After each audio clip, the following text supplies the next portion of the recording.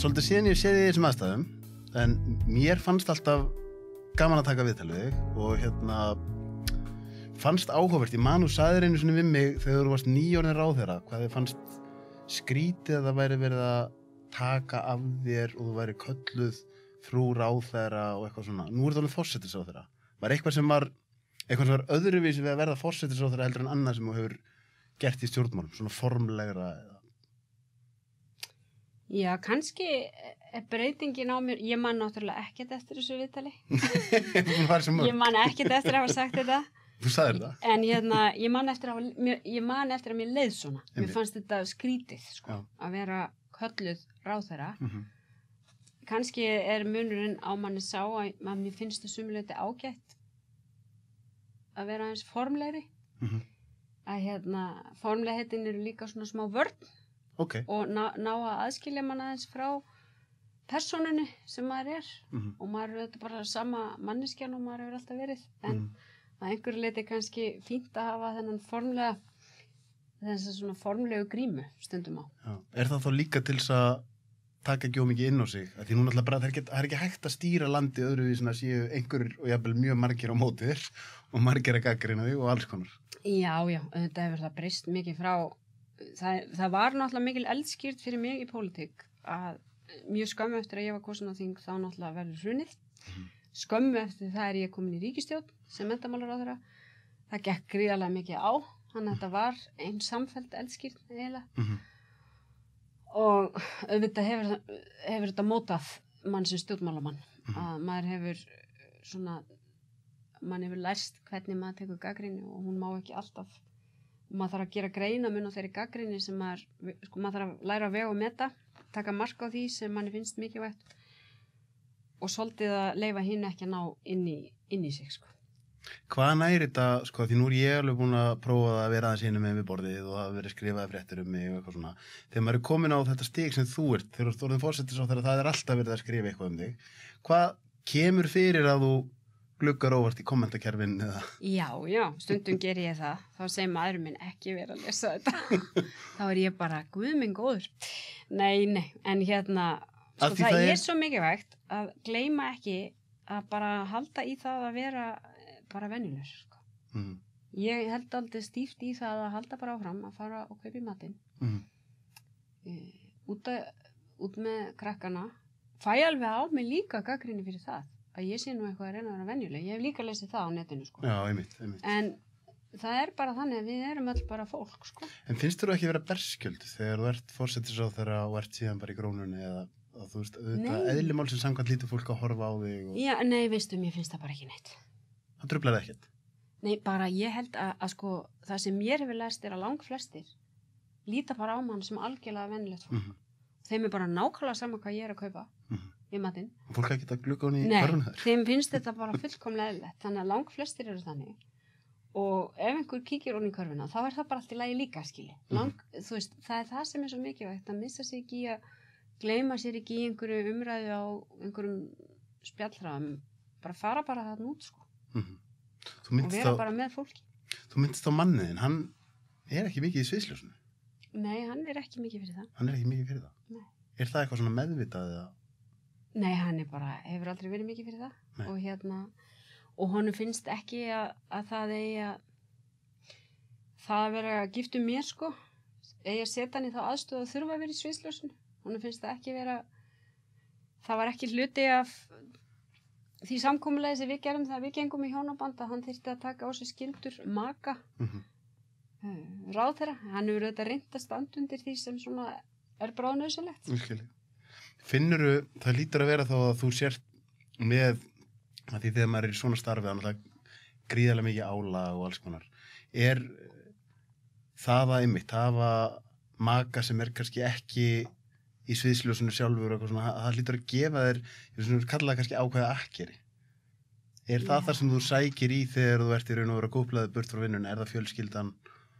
Ég er mikil fjölskyldumanneskja. Mér finnst gott að það er forgangsatriði mitt eiginlega. Ég finn það, sko, ég vel það yfirleitt fram yfir allt annað að vera bara heima með börnunum og makanum. Er það hægt, ég talaði við Svandísi heilbrigðisráðherra fyrir ekki svo löngu, hún sagði mér hún slökkti yfirleitt á símanum sínum nema hún vissi að það væri eitthvað sem bara yrði helgar. Og þá væri sem sagt bara, eða væri eitthvað bráðnauðsynlega símtöl, sko. Hann væri bara stattur eitthvað þar sem að hún... Mér finnst ég ekki ná að kopla mig þannig frá, sko. Nei. Og það hafa heilu sumafríin farið í einhver símtöl út af einhverjum málum sem hafa komið upp og eiginlega skil ég ekki að hvorki börninni mannin að nenn að vera með mér. Þetta oft svo óendanlega skrítið, sko. Þú veist, það oft einhver mál sem, þú veist, kalla á óbúslega mörg símtöl og þau geta verið algjör smámál. En samt óbúslega mikið, jafnlu og jamlu og föður í kringu þau. Og það yfirleitt alltaf þannig að leiðum maður fyrir frí, þá gerist eitthvað sem kallar á þetta, sko. Maður þarf líka stundum... En þá þarf bara fólk að hafa húmor fyrir því, sko. Já. Það smámál. Bjarni Ben var í viðtali í dag þar sem hann sagði að samstarfið við gengi mjög vel en hann sagði að þú væri svolítið smámennusum fyrir sinn smekk. Já. Skilurðu hvað hann að fara? Nei, eiginlega ekki. Okay. Ég meina, ég vil vera mjög vel inn í öllum málum. Það kann að vera... Mundir þú þá á móti segja að Bjarni væri kannski aðeins og kærulaus fyrir tilfæðum? Túlkar sem smámennasemi. Nei, menna, erum við ekki bara öll... Fólk bara rosalega ólíkt. Ég hef alltaf verið ég mjög miklu þörf fyrir að vera mjög vel inn í því sem ég að gera. Og það hefur alltaf loðað með mig, ég menna, mér fannst það svona, ég hef bara rosalega áhuga á því sem ég að gera hverju sinni. Þannig að ég get alveg bara haft rosalega áhuga á því hvernig, rófarnir í stigaganginum í húsinu mínu eiga lít út. Ég nefnilega tók það að mér, sko, fyrir húsfélagið mitt daginn, að redda því. Og þá bara ger ég það. Og það kann að vera kallað smámennasemi. Ég held þetta sé nú bara meira að vera bara í því sem maður hverju sinni. Fara í neðamálskarinnar í einhverjum frumvörpum og... Já, einhvern tímann sagði mér maður að ég væri mjög góð í núvitund af því ég geti einbeitt mér svo greiðlega því sem ég væri að fást við hverju sinni. Þannig að kannski þetta sami karakter, sko. Hvernig Bjarni? Þið náu ágætlega saman. Já, já. Svo þið séð á einhverjum punkti hefði manni fundið þetta algjörlega fráleit pæling að... Hún þetta aldrei fráleit. Þessi pæling. Hún að virka ágætlega saman. Já, það ekkert endilega best að það bara, þetta hangi voða mikið á karakterum og hvort að fólk tilbúið að gefa fólki það að það megi bara, þú veist, þetta eru ólíkir karakterar, formenn þessara flokka. Og við höfum ólíkar skoðanir, en ef þú treystir fólki, þá það eitthvað sem hægt að leysa. Sko, og ég held við getum öll farið svakalega í taugarnar hvert og öðru, en við erum líka bara mjög meðvituð það. Þið eru meðvituð það? Já. Og því maður hefur á tilfinningunum, það einhvern veginn þrátt fyrir til dæmis eins og allt sem í gangi núna, maður hefur á tilfinningunum þegar ekki mikill stjórnmála óróleiki á Íslandi. Við höfum farið í gegnum þessi tímabil þar sem að fólk hefur á tilfinningunni að vera kosningar bara liggur við á nokkra mánaða fresti og það verið að skipta ríkisstjórnir. Einhvern veginn líður mann eins og það sé rosalega djúpt á því að eitthvað slíkt geti gerst núna, sko. Ætli við eigum það ekki öll sameiginlegt að vera frekar þrjósk sem örugglega kostur í stjórnmálum. Mundirðu segja að þetta samstarf, að það sé þá lykilatriði í þessu samstarfi hvað þið náu vel saman bara Ég held að það mín reynsla í pólitík. Og ég hef nú unnið með ólíku fólki og ólíkum flokkum að samskiptin, sko, ef það traust í samskiptum einstaklingana, þá hægt að láta ýmislegt gerast. Það bara þannig. Og ef það ekki þetta traust, þá einhvern veginn alltaf bara eins og það hefur farið meginn fram úr rúminu, sko. En hvernig var þetta þegar það var ákveðið að fara í þetta samstarf? Þetta er alltaf skrítið að annars vegar einhvern veginn hugsa, það ákveðin kjarni í mínu flokki sem bara allt annað en sjálfstæðisflokkurinn. Já. En síðan á hinn bóginn, ef mér langar einhvern tímann að ná einhverju fram, þá verði ég auðvitað að vera í ríkisstjórn. Já, ég meina þetta voru þetta sérstakar aðstæður. Við vorum að kjósa 2017, ári eftir að við vorum nýbúin að kjósa. Man leið bara eins og maður væri á einhvers konar, og maður væri bara svona svolítið með sama prógramið aftur. Keyra nánast sömu málin, sko, inn í kosningabaráttu, allir svolítið, býtu vorum við ekki í gær. Þannig að það var auðvitað, þær aðstæður auðvitað mjög sérstakar, að við séum búin að gangi gegnum tvennar óvænta kosningar. sem gerði það verkum að mér fannst meiri þungi í því að flokkar yrðu bara að ná saman starfhæfa stjórn en ekki bara mér fannst ofboðslega þungi bæði bara innan flokkana en líka bara hjá þessu venjulega fólki sem maður hitti talandi matvörubúðina þar sem ég hitti fólk sem sagði nú þarf bara að mynda stjórn og hún þarf bara að vera í lagi hún þarf bara að virka þetta samfélag þarf að fá smá frið þetta var ofboðslega ríkt sko í öllum sem ég hitti. Hvernig upplifur þú þá bara grassrótin í þínum flokki? Finnst þið verið að koma meiri sáttum að því það voru margir rosalega ósáttir þegar að þessi stjórn var mynduð? Já, og það voru margir sem samþykktu þetta stjórnarsamstarf með þeim fyrirvara. Þeir sagðu ég veit ekki alveg hvernig þetta áttur að ganga en ég ætla að standa með ykkur í að taka þess að áhættu og það er aldrei gaman að þú nefnir þetta því að mér barst daginn frá tengdamóður minni svona bakki með úrklippum og sem hún hafði tekið úr blöðum og þær úrklippur voru margar einmitt frá þessari stjórnarmyndu. Þannig að þetta svona rifjaðist allt upp fyrir mér og ég hugsa að þetta var þetta heilmikill slagur að taka að ákveða að gera þetta. Mér tel að samstarfið hafi gengið þannig að það hafi sýnt sig að þetta var rétt ákvörðun. Finnst þér margir innan flokksins hafa snúist þá á þann vagn?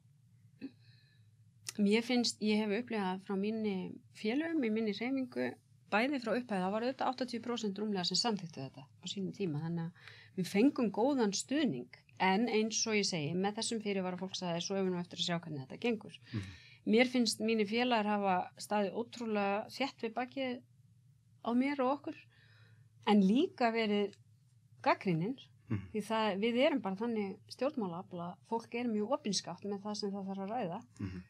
En það vil líka verið til í einhvern veginn að standa með manni einhvern veginn gegnum þetta allt saman. Þannig að já, mér finnst það.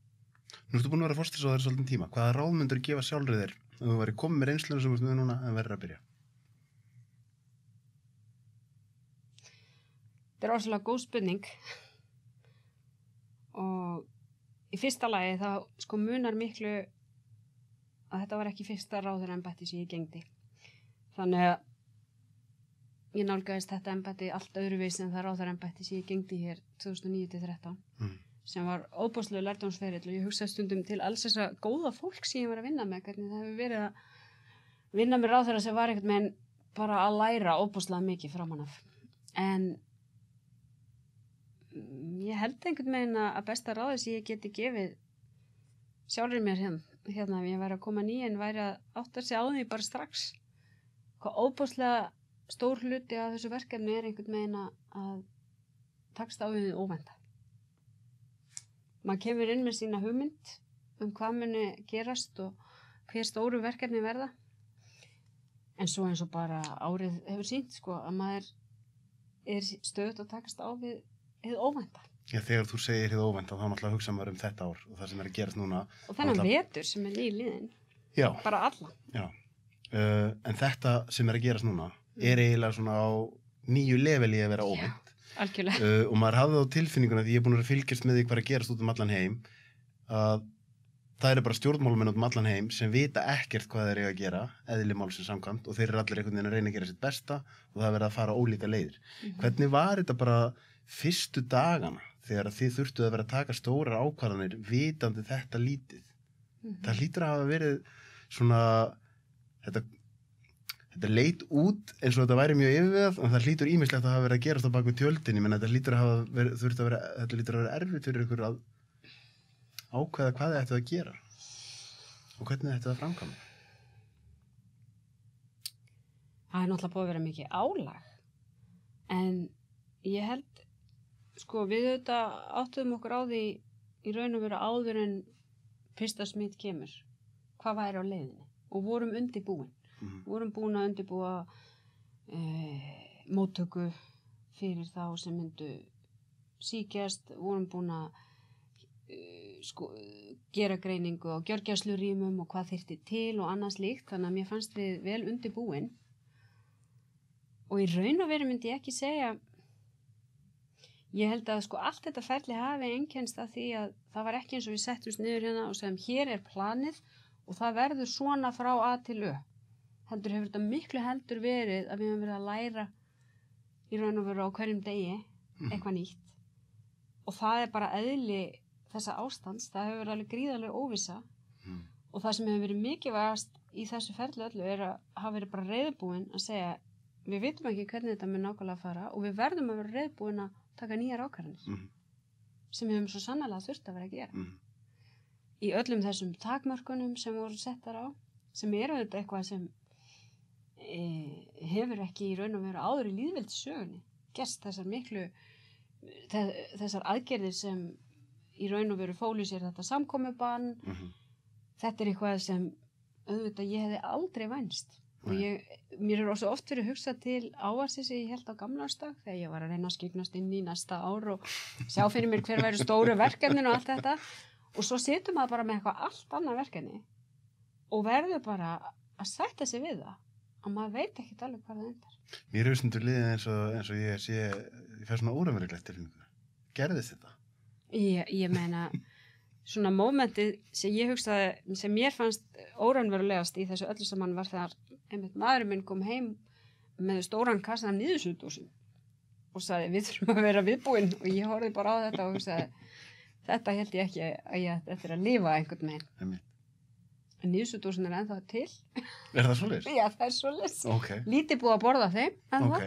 En það er það staðreynd að við fórum í gegnum þennan faraldur eða þessa bylgju faraldurs sem nú er sem betur fer gengið niður þó að við vitum að þetta getur komið upp aftur. Að við gerðum það í raun og veru með töluvert minni frelsisskerðingu en flest önnur ríki í kringum. En samt mjög ströngum sóttvarnaráðstöfum. Og það er það sem mér finnst vera lærdómur sem við getum dregið af þessu er að til þess að ná tökum á veirunni þá þurfti mjög strangar sóttvarnaráðstöfunar en það þurfti ekki endilega að vera með útgöngubann eins og við sáum gerast víða í Londonum í kringum okkur. Var það auðvelt að taka strax þá ákvörðun fyrir ykkur stjórnmálamenn að stíga bara til hliðar?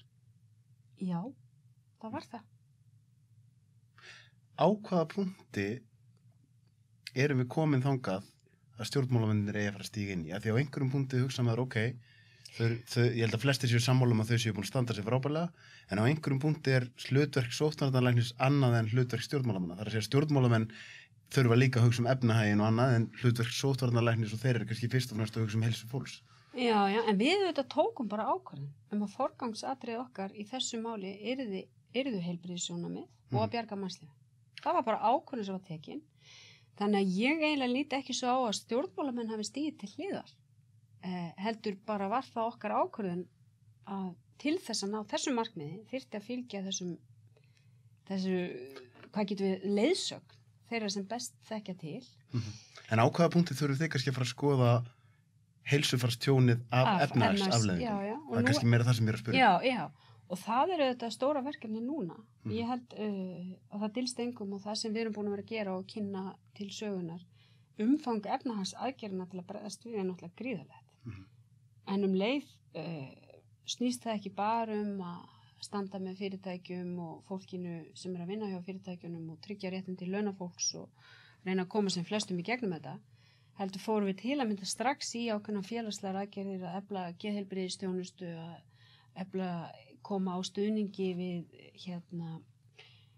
íþrótta- og tómstundastarf, menningarstarf og fleira til þess einmitt að við séum að draga úr heilsufarsskaðanum sem gæti orðið til lengri tíma eftir svona. Því við vitum að svona faraldur mun hafa til að mynda áhrif á andlega heilsu fólks.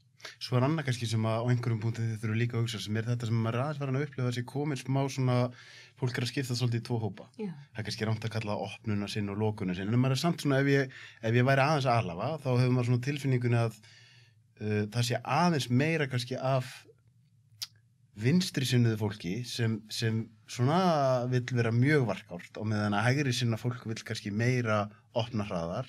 Það er meira af kannski starfsmönnum hins opinbera sem eru tilbúnir að hafa lokað áfram og meðan að einkageirinn vill opna ef ég væri að alhæfa svolítið.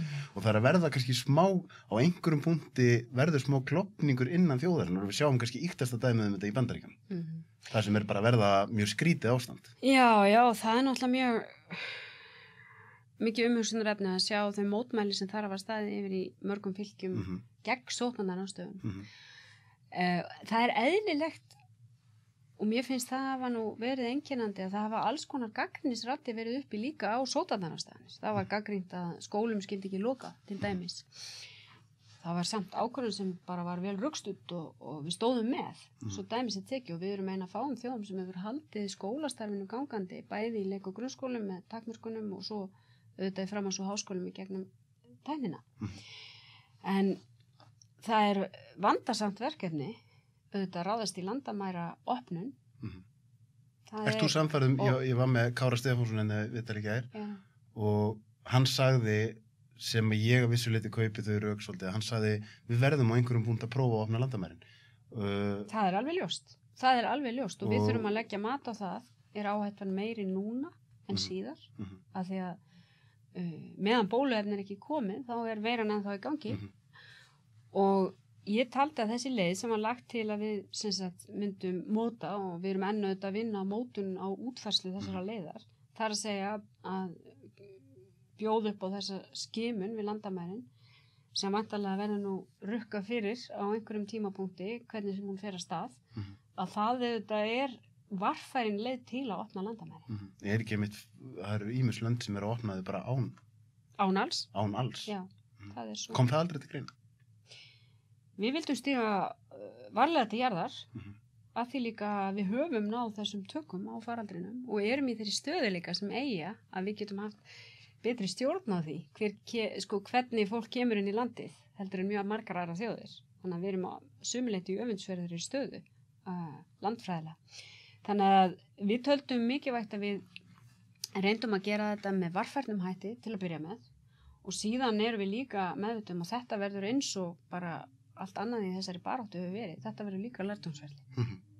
Og ég hef verið að reyna að ítreka það í allri þessari umræðu.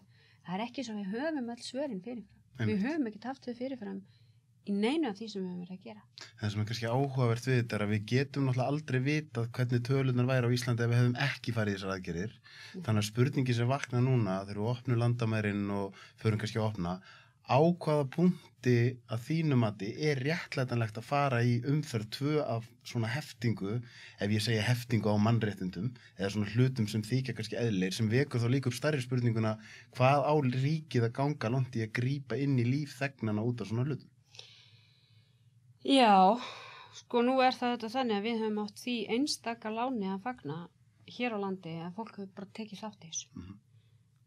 Og mér finnst það sýna alveg óbúrslegan samfélagslegan styrk. Hvernig við höfum tekist á við þetta algjörlega án þess að hér hafi verið lögreglumenn á götum eða hermenn og ég bara hef heyrt í fólki til að mynda sem var statt erlendis þegar faraldurinn fór að stað og kom svo heim og hefur lýst í hvernig hermenn keyrðum götur með gjallarhorn að segja fólki að vera inni og fólk upplýði þess að svona hræðslu.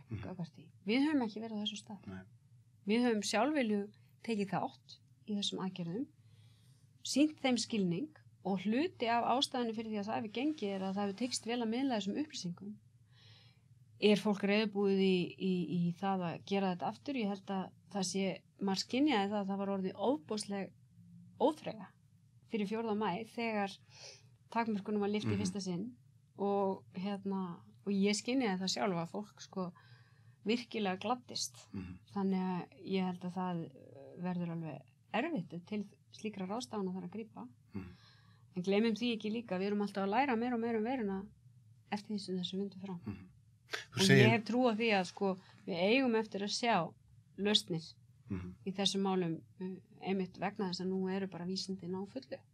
Mér fannst svo áhugavert, það var aldrei kannski, því var aldrei svarað, það var lákast í því að þú segir óþreyjan, það kom fram að þeim hafi verið hótað þremenningunum. Því var aldrei svarað af hvorum hópnum þau var aldrei spurð hvort var það fólk sem var ósátt við að verða að gera og lítið eða of mikið. Flest allir gefa sig kannski að það hafi verið fólk sem var ósátt við að verða að gera of mikið. Hafið þið verið að lenda stjórnmálamennir, hafið þið verið að lenda í einhverjum hótunum eða leiðundum frá fólki sem annarkvort brjálaði yfir því að því þegar að þetta var að byrja þá varst þú að fá opin bréfum eða værið að gera alltaf lítið. Heldur betur. Svo núna hefur maður á tilfinninguna að það sé orðið aldrei stór hópur af fólki sem var á kafla orðið brjálaðir að vera að gera og mikið. Það ýmist í öklega eira og maður tekur þess bara með stóiskri ró. Það bara þannig. Hefur lent í einhverju leiðilegu? Núna? Já, bara á þessum kafla hefur þú persónulega verið að fá einhverjar hótanir eða einhver svona alvöru leiðind út af þessu? Ég veit nú ekki hvort, ég hef nú verið sögum það að vera ekki mjög næm tilfinningarlega. Þannig að kannski að því maður er bara komið þennan skráp, sko. Þannig að ég meina, ég lít svo að ég er búin að fá tölvöld mikið af athugasemdum í mína framgöngu. Er það leiðindi? Ég veit það ekki. Þú kallar það athugasemdir? Ég kalla það bara athugasemdir og afgreiði það þannig. En auðvitað, sko, og sumt eins og ég segi, sumir tekið marka og öðru ekki, sko. Hvað gerir þetta? Mér finnst sko satt að segja heilt yfir. Þá bara meina það sem ég segi, að mér finnst fólk hafa sýnt alveg ótrúlega þroska og bara samstöðu að takast á þetta. Mér finnst fólk hafa sýnt sína bestu hliðar upp til hópa, þó að það sé alltaf einhver umræða. Og mér finnst líka við verðum að gæta okkar á því að sumuleyti var bara gott að fá opin bréf og gagnrýni og spurningar. Þannig að vera þetta bregðast við.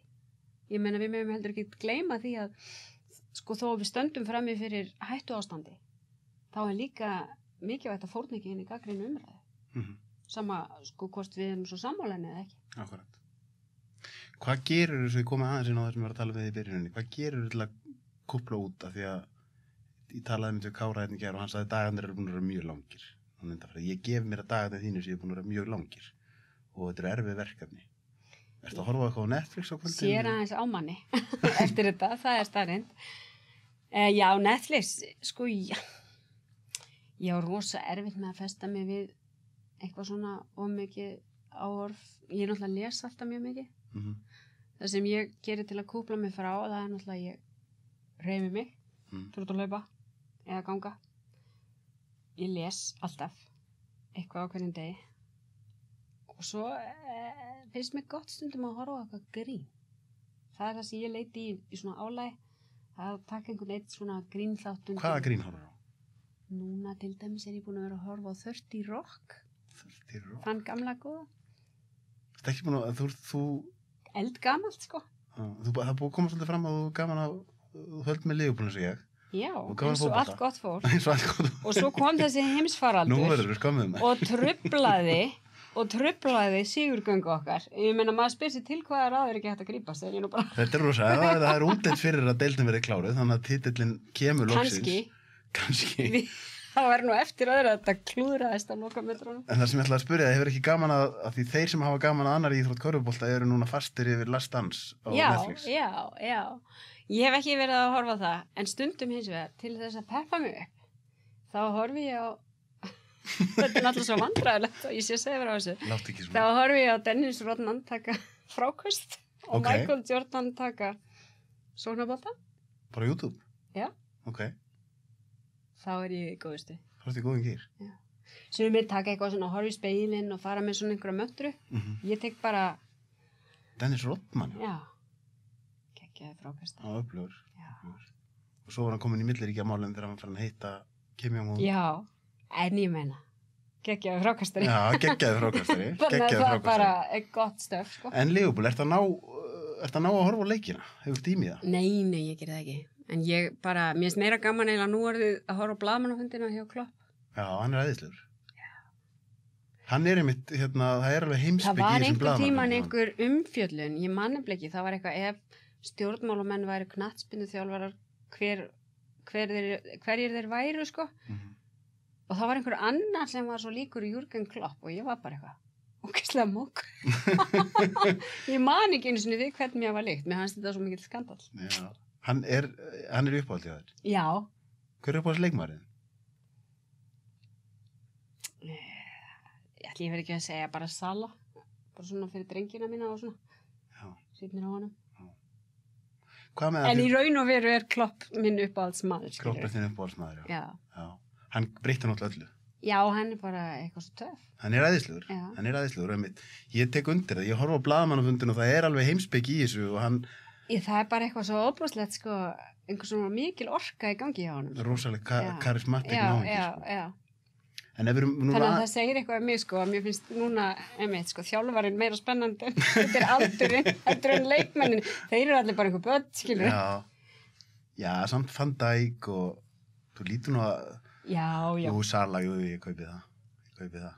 Ertu eitthvað ósáttur við val mitt á Sala? Já, ég verð svolítið að segja Van Dijk, sko. Já, ok. Svo Henderson búin að vinna sér rosalega upp hjá mér, sko. Ég var ekki hrifinn af honum fyrst. Alls ekki. Það tók mér langan tíma að taka hann í sátt. Sættast, já, ég skil. En við erum komin aðeins út í heim, bara svona í lokin. Þú ert að fá rosalega mikla athygli frá erlendum fjölmiðlum. Segðu okkur aðeins frá því.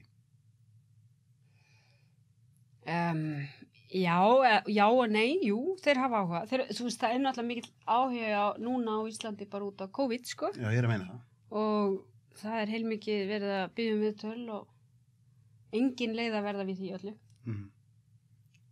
Ég bara segi það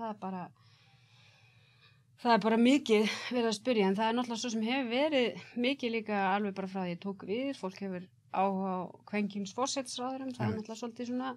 Við erum ennþá tiltölulega fáar, þótt okkur hafi fjölgað í þessum hópi í heiminum.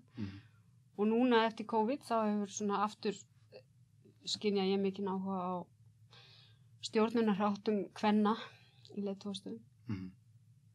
Er það eins fyrir því að þú ert að fá beiðni að koma í viðtal og CNN eða koma hérna til mín í Já, það er eiginlega alveg eins, sko, nema það er náttúrulega miklu betra að tala íslensku. Já. En þannig að þú ert ekki að gera þér að fara sem mest í erlenda fjölmiðla? Nei, ég reynir náttúrulega ég er bara alltaf að segja nei við fjölmiðla, íslenska og erlenda, því miður, sko.